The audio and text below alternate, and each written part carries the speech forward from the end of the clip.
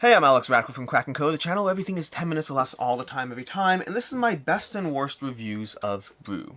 Brew from Pandasaurus Games, best and worst and verdict. We also have verdict over here, going through all that, timestamps down below, but the short version is Brew is a game of, well, dice placement, a mean game of dice placement, and every single round, players are going to go ahead and roll their dice in order to figure out what their options are. Now, all players are rolling dice, and you will see all the players' dice, which very much affects what your plans are going to be and how you're going to try to mess everyone over, because this is a game of messing everyone over again and again and again.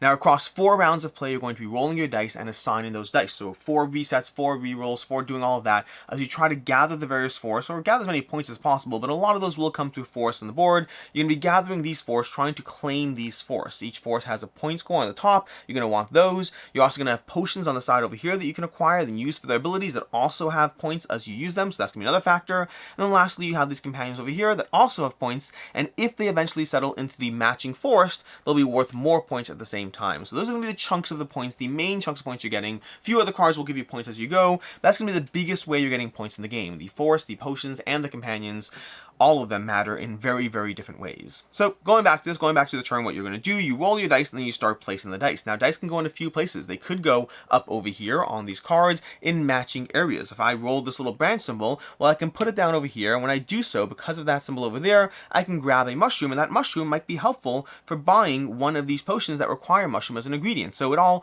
ties together because you're using your dice, you're placing them in the forest. When you place them in the forest, you're also going to slowly be claiming over that forest. We'll talk about that in a second. You also gather ingredients, and ingredients are used towards potions, and potions will help you in many, many, many, many, many ways to help you and hurt your opponents. We haven't got to the companions yet.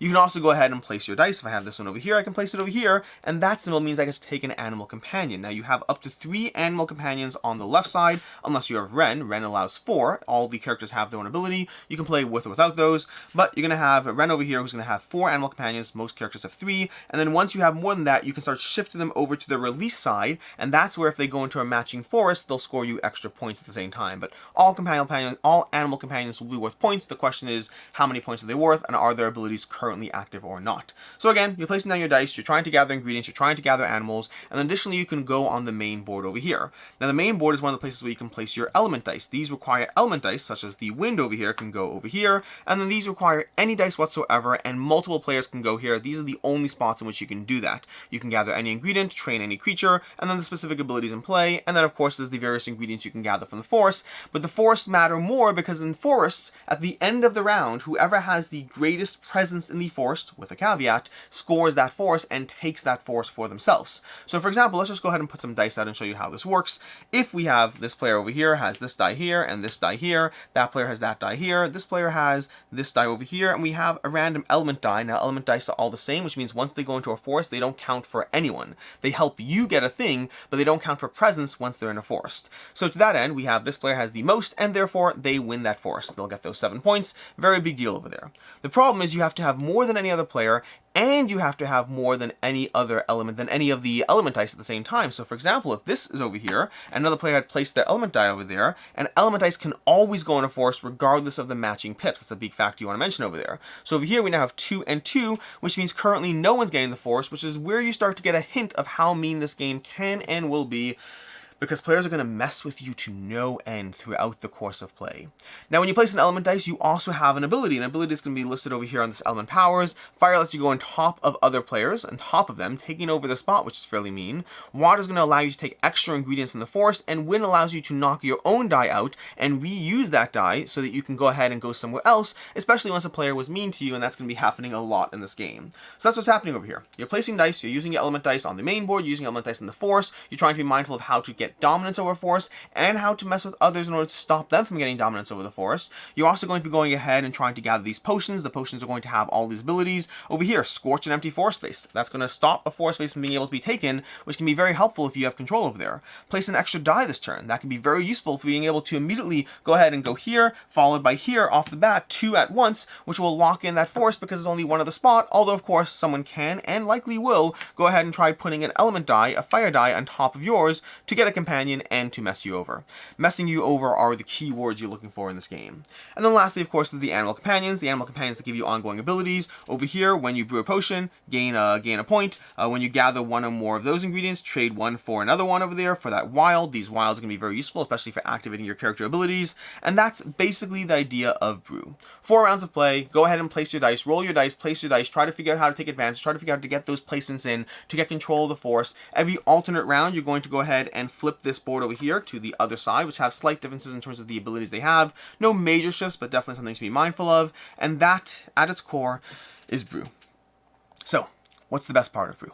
Well, the best part is how mean this game is. That's ultimately what it comes down to. This game is very, very mean. Through your player abilities, through the dice abilities, through your animal companion abilities, and through the potion abilities, this is a game in which you are, as often as you're trying to help yourself, you are trying to hurt someone else. Because the structure of Brew makes it so much easier to hurt than it does to help. You can spend time and energy trying to lock in your success, lock in your victory, but it takes a lot less time and energy in order to mess someone over. And so this is a game in which you're constantly trying to take things away from others. Sure, you'd love to get things yourself, and that will happen, but often, because of those element dice, because of the abilities at play, it is often so much easier to mess others over. It is so much easier to hurt them than to lock in your protected victory. I can spend 2, 3 placements plus powers and abilities to make sure I get something, or I can spend each of those separately to hurting you, and hurting you. This game is amazingly mean, and you're going to see that within the first round of play. You're going to start off, you're going to try to do your own thing, you're going to have some fun with it, and then soon enough, before you know it, everyone is messing over everyone else, which arguably is the best part, although you do have to like that in a game. Sadly, the worst part about Brew is the fact that it's a bit too chaotic. Brew gives you too many tools to mess over others. I love how this game is mean, I do, but it's mean to the extent that I think the last player every single round is the only person who has any real control. Now granted, you do have some mitigation over that. The nature of the win dice allows you to knock one of your own dice back, so you could try to affect how you go last. The problem is then it comes down to who rolled what win dice, who's able to have the reroll abilities, the potions, all of that. It ultimately, to me, this game comes down to the person who goes last each round has the most control in the game. I really like a lot of things that Brew is doing, and every round it grows in you. It continues to get better as you play, with the caveat that I still feel, after multiple plays, I still feel that the person who has control in the game is the person who goes last. I think that is the only thing that realistically matters. And so, yes, as the turn order passes every round, and it will pass every round, other players will have the opportunity to go last, but again, there's ways to mess around with that. And in a 3-player game, there's 4 rounds, which means one player is inherently going last twice, although again, caveats as far as messing around with that. And so, I like the game, I like the puzzle, I like how mean it is, I like how cutthroat and short. I mean, the game plays in like 45 minutes and gives you a chunky, mean, heavy game that is very solid, very appealing, very good in all sense of the word, but a drop too chaotic. It gives you a little too much room to do things. The element dice have a little bit too much freedom. There's also this forcing a forged die action where you can simply pay in order to go to a spot that you otherwise can't go, which feels like too much. It feels like the game gives you too many tools to mess over others. I wish the game was the same game, but with a drop more control, a drop more restraint, and a drop not less mean, I like the mean, but a less free, less so that it matters so much that the last player is the one who goes. Which brings us to verdict. Verdict for me is Brew's a pass for me. I think it's a game worth trying out. I think it's a game worth looking into. I think it's a very, very solid game. But that too much control, too much freedom, not control, too much freedom does make it so that I just think going last is ultimately the only thing that really matters in Brew. And to that end, it's one that, while I've enjoyed my time with it, it's one that's moving on for me. Until next time, I'm Alex Radcliffe from Quack&Co, where less time watching means more time playing.